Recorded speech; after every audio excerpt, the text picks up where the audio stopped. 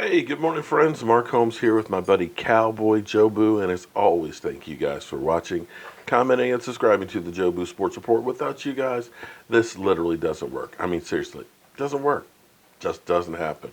And hold on. We are now open for business, and thank you for joining in to this morning's edition of Don't Sleep on the Dallas Cowboys, because you literally cannot sleep on the Dallas Cowboys because things happen late in the evening, late at night, first thing in the morning, and you definitely want to be up to speed. Whew. As far as I know, it was a quiet night for our Cowboys last night.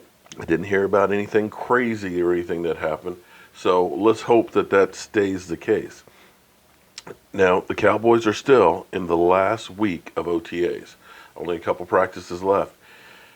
And here's the thing that's really bothering me, and I'm trying to understand what the F is going on. And that's David Irving. David Irving has been missing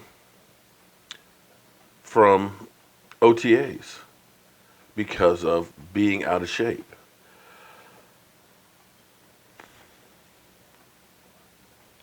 This is getting to be a bit of an enigma, a bit of a problem here. Okay, understand. 3 weeks ago, we said he's out of shape. Next week is minicamp. If you're working those 3 weeks to get back into shape and you're still not in shape, when are you going to be in shape? You've got a lot of guys now that are in that rotation. You know, Taco is looking to step up. You know, DeMarcus Lawrence is looking to repeat last season to go ahead and make a name for himself. You got Tyrone Crawford, who sees how much he's making and knows the writing's on the wall, and he's not going to be trying to give him space. You got Kona Ely, who's in that mix, you know, who is trying to resurrect his career. Oh, and you've got Randy Gregory, who also is working on being reinstated. If Randy Gregory doesn't get himself to camp and get himself ready to go, you've got minicamp next week. If you haven't gotten in shape in these last 3-4 weeks, are you going to be getting in shape this weekend to practice for the mandatory minicamp next week? So, yeah, I think that there is a little bit of worry and concern right there for David Irving. Unlike you got Zach Martin, who is holding out, but Zach Martin is at the facilities lifting weights and working out, not practicing OTAs. And you never heard that he was out of shape. And since he has been a all-pro every year that he is, Pro Bowler, all-pro, first team twice, second team twice, so actually pro all-team, actually all 4 years, you're not so worried about him being able to be out there and play. In fact, you look at some of the younger guys and Chaz Green, they're getting opportunities to practice more and hopefully get better in case they're put into a role. So, yeah, there is definitely concern there.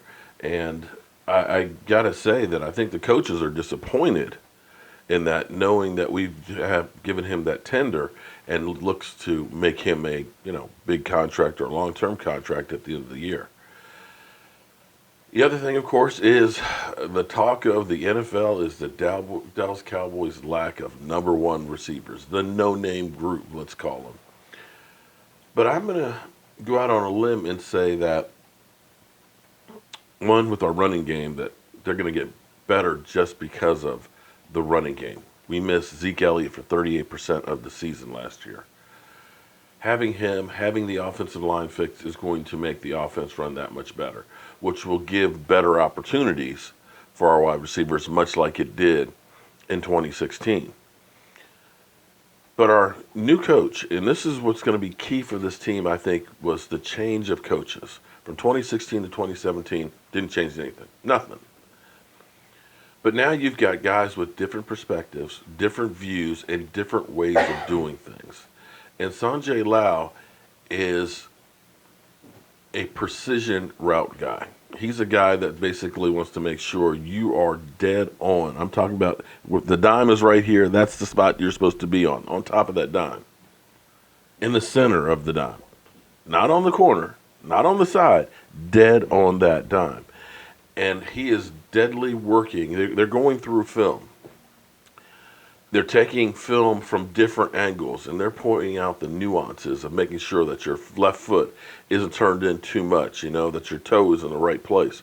So that way, when you get to those timing routes and things, that you are exactly where, boom, you're supposed to be. So it'll be quick striking hit, shorter pass routes more than likely, but they're going to be surgical strikes.